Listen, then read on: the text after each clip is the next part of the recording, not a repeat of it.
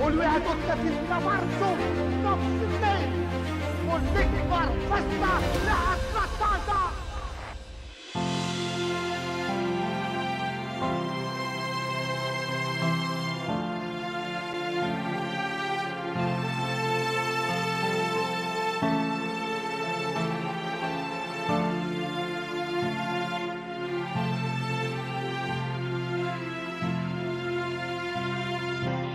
F'din is-sensiela ta' programmi jien kontem se niltaqgħu ma' numru ta' persuni li 46 sena ilu meta Malta iċċelebrata l-ewwel darba jum il-Ħelsien kienu preżenti fil-Birgu.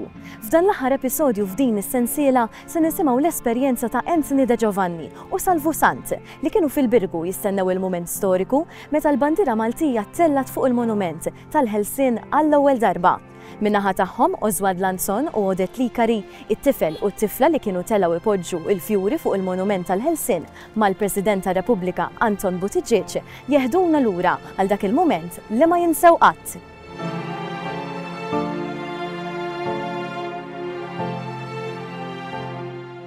Lejliet fis-Sibt 30 ġifieri filgħodu saret kienet il-festa tfal. Il-Marsa fej sar display kbir u sports day, eccetera. Mbagħad dakinhar kien hemm ir-regatta sabiħa u kien hemm anki ġifieri inġenji fuq il-baħar mexewlin u x'nafih, banet, ħafna banet. U folla, però ma kienx nieħdu aħna park biex ix-show ikun jidher, imma kien hemm xi ħaġa li tan-nies. Kien hemm ukoll il-Forzi Armati, u kien hemm ukoll il-pionieri u x'kienu dak iż-żmien li kellhom bnada ħomor kbar kollha jimmarċew. U kienet sabiħa, però ma tistax tgħid li kien hemm pereżempju kien fien ċertu ordni partikolari għaliex għax kienet xi ħaġa ad hoc tan-nies, ħafna nies. It-temp laqas ma jgħinx ħafna għax kien xi ftit jewwies bix-xita dakinhar. Imma l-okkażjoni kienet sabiħa. U dak li jkun entużjażma ruħu wkoll meta jisma' l-Anton Buttigieg jagħmel id-diskors tiegħu qasir. Flimkien naħulfu li qatt tiżjed ma terġa' fuq ardna bażi militari oħra tal-Badani. U anki meta niżlet il-bandera Ingliża kien hemm ċertu emozzjoni fir-realtà. U iktar u iktar meta minn flimkien ma' George Aġus telgħu jixollu it-torċa. Mbagħad naturalment kulħadd se tagħmel jpoġġi l-fjuri, eċetera. Ma kontx involut direttament, kont bħala spettatur biss dak iż-żmien, kelli iktar biex ngħidlek role importanti s-sena ta' wara, x'kont id-designer u mbagħad is-sena ta' wara tad-dekorazzjonijiet tal-Bib il-Belt u ta' Sant'Anna ġifieri u anki postijiet oħra bħal Bormla u Ħażibuċi dilli. Apparti x-xita ġifieri tħarbaġ xi ftit jewwies kien hemm folla u kulħadd rid jara kien anzjuż biex jara.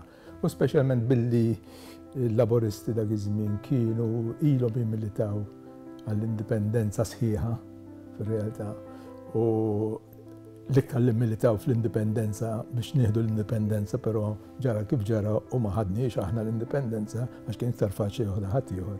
U allura kellhom dilaċċ li l-indipendenza tkun sħiħa. U interessanti wkoll li ħafna laboristi kienu jaħdmu mal-Armata Ingliża u ħadmu kontra l-interess tagħhom fir-realtà, għalhekk kien hemm ħafna emozzjonijiet.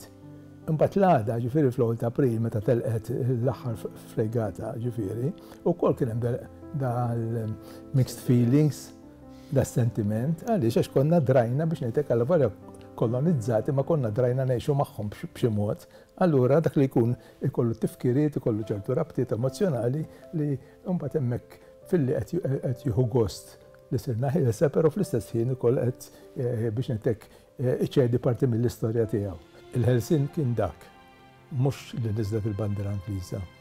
Il-Ħelsien kien il-poplu Malti beda jemmen fih innifsu. Dak huwa l-Ħelsien propja. Għaliex għax aħna konna mdorrijin bil-British Standard, konna mdorrijin li l-Malti mhux kapaċi jagħmel sofarina u mintof tal-kuraġġ li l-Malti kapaċi.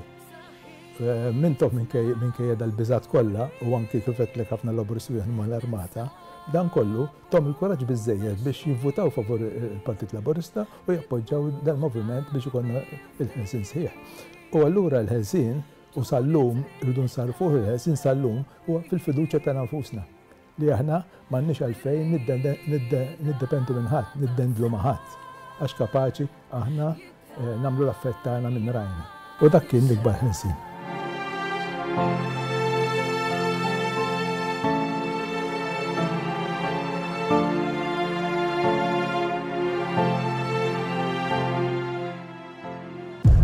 Tela gvern laburista fis-71. Ta' tinsiex kien hemm it-Trattat tal-Indipendenza li dana kien jinkludi nies jitkeċċew minn mas-servizzi jew jispiċċaw bir-rata fenomenali. Allora x'kien l-importanza ta' gvern laburista? Illi dak it-trattat li kien hemm tal-indipendenza jiġi emendat tal-imod illi il-poplu ma jgħux id-daqqa kollha. Tinsiex illi meta l-gvern laburista tela fis-71 laqqas kellna flus biex jinħallsu l-tat ċivil. Fil-fatt, meta tlajna fis-71 Gaddafi kien għamel tajjeb illi biex kellna nħallsu l-tat ċivil, n-nies, u minn hemm bil-forza li kellna serġu spalla ta' Gaddafi, it-trattat tal-indipendenza seta' jiġi emeljorat tajjeb u fil-faġġi għaliex kellna xi ħaġa fuq x'inserħu. U barra li ġie trattat emeljorat, tinsiex il-trattat tal-indipendenza kien 5 miljuni fis-sena, ħafna minnhom maqasuma qotja self. Li ġiet għal 15 miljun fis-sena, barra li kien hemm xi pajjiżi oħra wkoll li jgħenu biex dan. U dana kien hemm bħal Aldo Moro, Willy Brandt li jgħenu u anki l-Arċisqof ġiet imdiema ta' dak li kien għamlilna u fil-fatt anke kien tela Londra biex jagħti puxxjatura biex l-arranġamenti ta' 7 snin sakemm jitilqu l-Ingliżi seta' ġibnihom dak il-mod.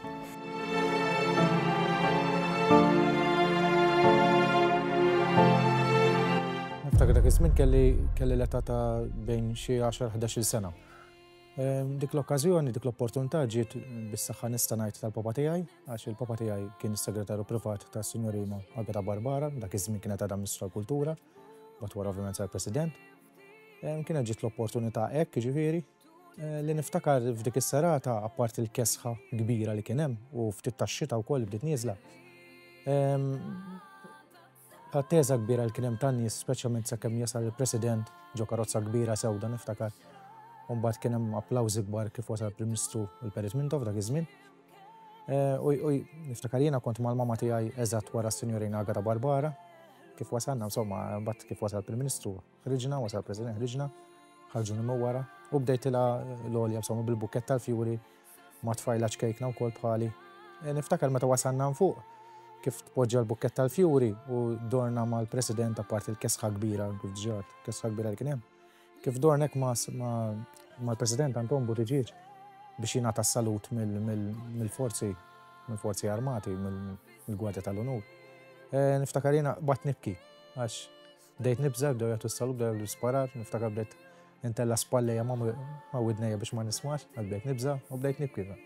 U niftakar aħna u niżrin il-President kien żammilna idejna kemm lilu kemm l-tfajla żgħira, għafsidna idejna flimkien u bdejna nżlin lura però kienet esperjenza kull darba li nara ġifieri tqabadni emozzjonijiet kbar. Ħafna emozzjonijiet għax esperjenza żgur qatt ma se terġa' tiġi. Jiena minn Ħażabbar. Dak iż-żmien kelli 10 snin u niftakar li kont intażilt mill-iskola fejn attendi ta' Ħażabbar. Kienet ġiet Sinjorina Agata Barbara u għax kienet taf il-familja tagħna personali u intażilt jiena biex nitla' mal-President Anton Buttigieg u il-Prim Ministru dak iż-żmien Don Mintov biex nitla' bukkett fjuri